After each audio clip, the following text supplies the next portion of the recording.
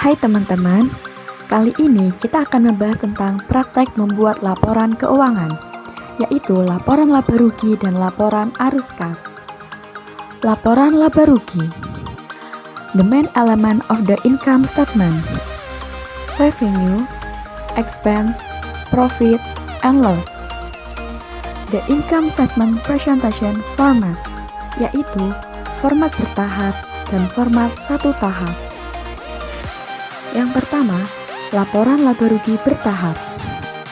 Akun yang terdapat dalam laporan laba rugi bertahap yaitu penjualan bersih, laba kotor, beban operasi, aktivitas non-operasi, laba bersih. And this is an example of the step-by-step income statement. Selanjutnya, laporan laba rugi satu tahap. Akun yang perlu kita ketahui dalam laporan laba rugi satu tahap yaitu pendapatan baik dari operasional maupun non-operasional dan semua beban-beban operasional maupun non-operasional. Dan ini adalah contoh laporan laba rugi satu tahap. Selanjutnya yang kita bahas laporan arus kas. Komponen dari laporan arus kas yaitu kegiatan operasional, kegiatan investasi, dan kegiatan pendanaan atau keuangan. Cash flow statement. The cash flow statement has two methods, yaitu the direct method and indirect method, atau metode tidak langsung dan metode langsung. Untuk membuat laporan arus kas dengan menggunakan metode tidak langsung, hal yang pertama harus kita siapkan adalah membuat laporan laba rugi.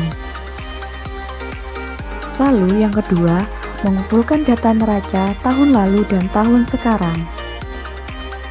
Setelah itu, bandingkan kedua neraca tersebut agar terdapat perbedaan kedua neraca. Sebelum memasuki langkah selanjutnya, kalian perlu mengetahui hal-hal yang termasuk dalam kelompok aktiva dan kelompok pasiva. Pada kolom aktiva, jika angka pada kolom aktiva net change positif, maka terjadi pengeluaran kas. Sedangkan jika minus, maka terjadi penerimaan kas. Sedangkan pada kolom pasiva, jika angka pada kolom net change positif, maka terjadi penerimaan kas. Dan jika minus, maka terjadi pengeluaran kas. Dan selanjutnya kita mulai melakukan penyusunan arus kas. Yang pertama, arus kas dari kegiatan operasional, yaitu arus kas yang berasal dari kegiatan itu sendiri. Yang kedua, arus kas kegiatan investasi, yaitu arus kas yang berhubungan dengan penurunan aset tetap. Maka kita dapat melihat net change pada aset tetap.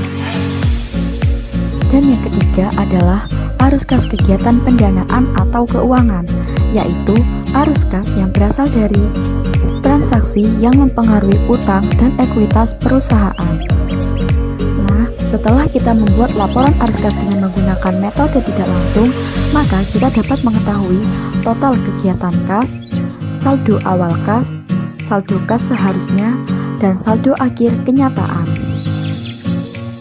Sedangkan pada saat kita membuat laporan arus kas menggunakan metode langsung, kita perlu memperhatikan beberapa hal. Yang pertama, jurnal transaksi. Dan kita juga perlu memperhatikan kelompok-kelompok kegiatan arus kas, apakah itu termasuk dalam kegiatan operasional, pendanaan, ataupun dalam kegiatan investasi. Lalu, susunlah arus kas seperti gambar berikut ini.